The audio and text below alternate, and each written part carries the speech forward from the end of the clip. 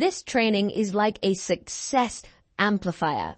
The two strategies we're talking about today certainly aren't necessary to build your YouTube business, but to scale it even faster and get even better results, focusing on these strategies will absolutely help. And so I wanted to include them for those who wanted something just to give them an extra edge.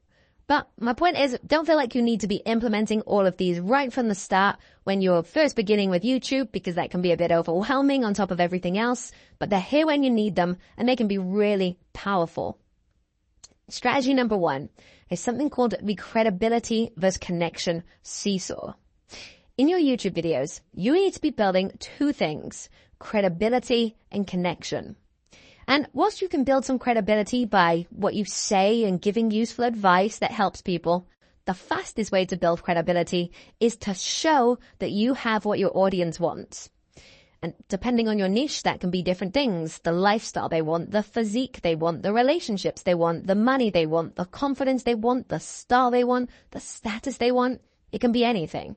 But people are going to be much more inclined to listen to you if you can demonstrate you have what they're working towards, which is why it's important that you fully understand your avatar that we talked about right at the start of this course, so you know what they really want.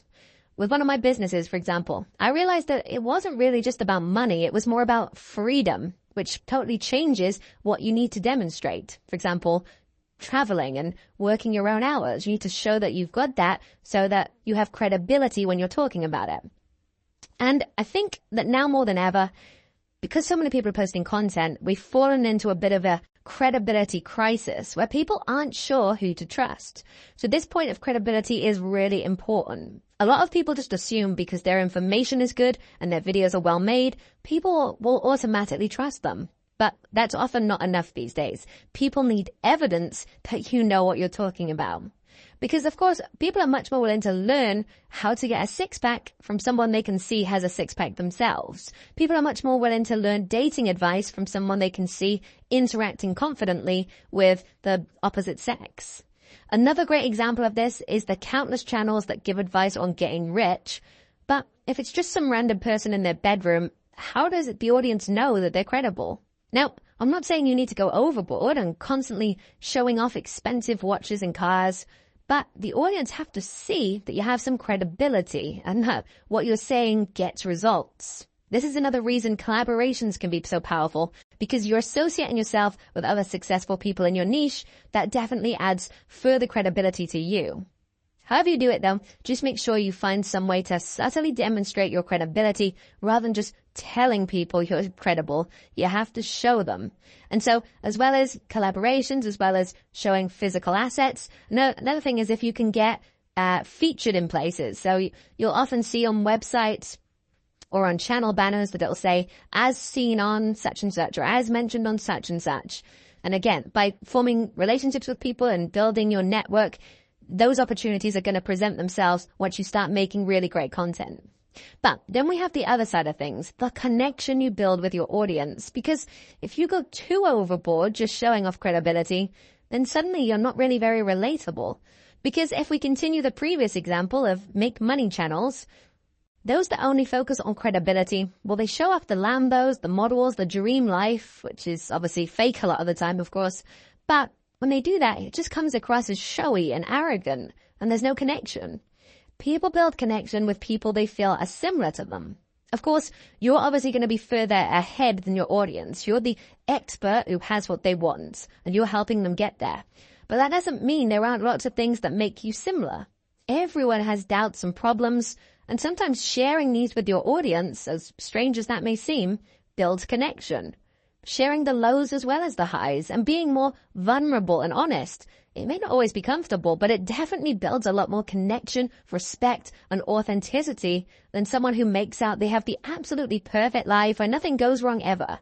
People want real. They want to be let into your world, and most creators don't do this. They're playing a character rather than being their actual selves.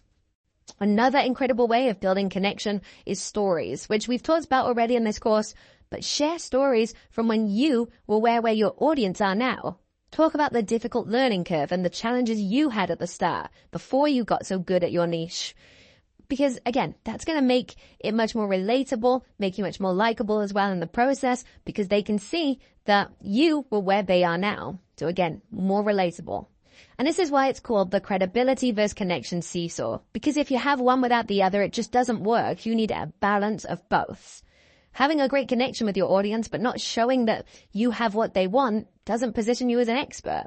But on the flip side, having credibility without connection doesn't make them want to listen to you or buy from you.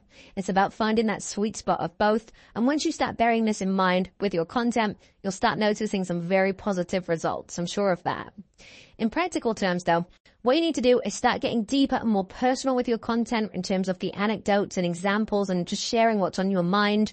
Be a bit more vulnerable if you can, and definitely try to tell stories that make you more relatable to them by talking about when you were in a similar position as your audience. Show that you understand what they're going through and feel their frustrations. Show that you're actually quite similar in how you view the world, that you share similar interests, goals, and desires. Again, it comes back to understanding your avatar, knowing where they hang out, what they're interested in, so you can find those commonalities and show them that you're similar to them in that way as well. But then remember that on the flip side of the seesaw, you're going to be proving that you're credible. You're going to be showing that you have the desired outcome or are well on your way to getting that desired outcome that your audience wants. Whether that's physical assets, connections, skills, any evidence that helps provide credibility should be periodically sprinkled into your content, even if just in passing. You should already have these things, of course. It's just that sometimes we forget to show it, or we think we're being overly, bragging and shoving it in people's faces. But no, it doesn't have to be like that. When you start showing more of your life, the credibility will often be displayed naturally. It doesn't have to be shoved in their faces. It can be more subtle than that. But it is important that people understand you do have that credibility. The second strategy we're going to talk about in today's training, though, is the rule of rarity. And let's start with a quote from the book Tools of Titans, a great book by Tim Ferriss with a collection of some of the top advice from some of the world's top performers. I highly recommend it if you haven't read it.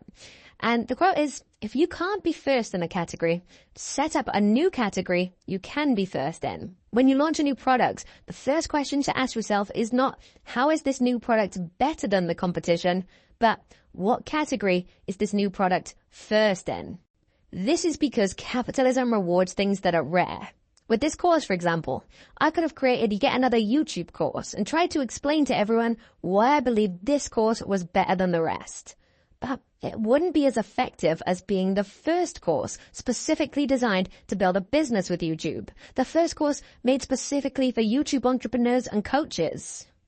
This is sometimes also called a blue ocean strategy, where instead of competing in an existing market space and trying to beat the competition, you kind of create a new market space where the other competition is irrelevant because you're bringing something new and rare. So, with your high-ticket products and services, and even with your YouTube content, it's smart to ask how you can be the first in a category. And this principle of rarity being so valuable applies in so many areas of marketing. For example, Seth Godin talks about the purple cow, which is what describes something that's phenomenal, exciting, and almost flat out unbelievable. Because imagine you were driving past a field full of cows and one of them happened to be purple. That's going to make you stop and go and have a closer look, right? Well, your products and your content should be the equivalent of a purple cow. In other words, when creating anything, we've got to remember to try and make sure it stands out. This is why throughout this course, we've advocated being a little polarizing and your 100% unapologetic self, because that's how you attract true fans who love what you're doing. You don't create something extraordinary, a purple cow, by just copying what someone else is doing. That's not rare. Yes, take inspiration from others, see what's working, but don't be a clone of someone else. Don't be the next them, be the first you. And one of the absolute best usages of the rule of rarity is to create your own jargon and your own terminology that can be linked back to you. So you come up with systems and frameworks, methodologies and principles, anything, but you name them. And this is what makes you a leader in your niche, not just someone recycling other people's information and concepts. Again, it makes it unique and rare because you're not just saying, oh, I heard this from such and such. You're putting forward this new idea. You're packaging things in your own format. And again, let's think of this course A YouTube magnate is a term I created because there was no term that accurately explained the difference between a normal YouTuber and an entrepreneur using YouTube in a more strategic way like we are. But when you put your own terminology out there to the world for free, as long as it's good, it gets circulated and linked back to you, which boosts your credibility. And you can see this in action everywhere. Even that purple cow theory I just mentioned, the principle behind that, it's hardly brand new, but Seth Godin packaged it in his own unique way, and now it's widely referenced and referred to. Oh, and by the way, the name Rule of Rarity, I coined that term myself. Do not underestimate the power of this. It's very simple but very effective. So start creating new things and concepts rather than just recycling other people's. And always think how you can make them rare. So, there we have it. The credibility vs connection seesaw and the Rule of Rarity. Two incredible marketing tools for your arsenal. But now, this is actually the last training where we'll be speaking like this. We've still got several more trainings in this module, but as you'll soon see, those ones are a little bit different. So, although there's still a little more gold to come before you fully finish this course, I just want to say it has been a pleasure talking to you. Admittedly, the conversation has been a little one-sided, but I hope you're as excited as I am about you implementing all of the tactics from this course, as I have no doubt you're going to be building something very exciting. Next though, head on over to training 5.4 because I've got some great extra resources for you that are going to help the whole process. I'll see you there.